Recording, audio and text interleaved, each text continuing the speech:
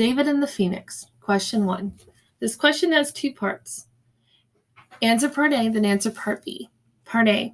What does David think about the mountain? A, it is kind. B, it is alive. C, it is haunted. Or D, it is dangerous. Part B. Which example of figurative language from the story best supports the answer to part A? A, and the really wonderful thing about the mountain was the way it looked at him.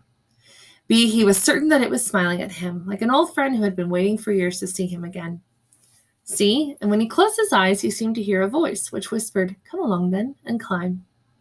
D, already the evening sun was throwing shadows across the side of the mountain and touching its peak with a ruddy blaze.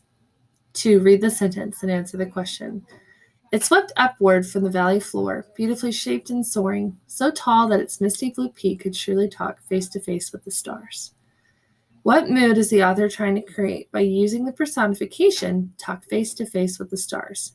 Select 2 options. A, awe.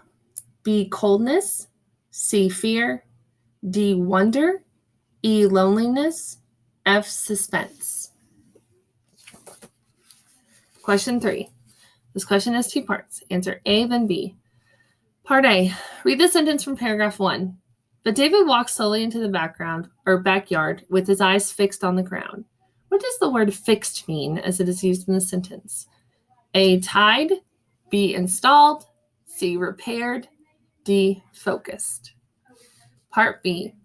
Which detail from the story provides the best clue for the meaning of the word fixed? A, David has saved this moment for himself. B, not daring to look up. C, clenched his hands tightly. D, and lifted his head.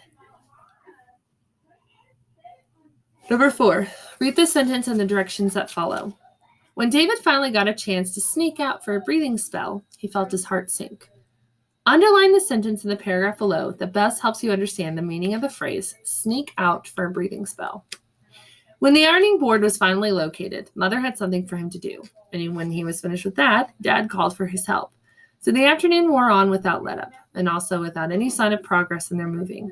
When David finally got a chance to sneak out for a breathing spell, he felt his heart sink. Somehow, in all the rush and confusion, the afternoon had disappeared. Already the evening was throwing shadows across the side of the mountain and touching its peak with a ruddy blaze. It was too late now. He would have to wait until morning before he could climb. Number 5, read the following sentence from the story. It almost seemed like the mountain waving its hand, as if to say it was quite all right for him to wait until morning. What does the phrase, like the mountain waving its hand, tell the reader about the mountain? Use details from the story to support your answer. Learning target. In this lesson, you looked at how text used figurative language. Explain how figuring out the meanings of figurative language can help you better understand and enjoy such texts. And then you have your rubric. Grade yourself before turning it in. If you did not score yourself at a 7 for each area, you need to explain why. And you have focus, evidence, and organization.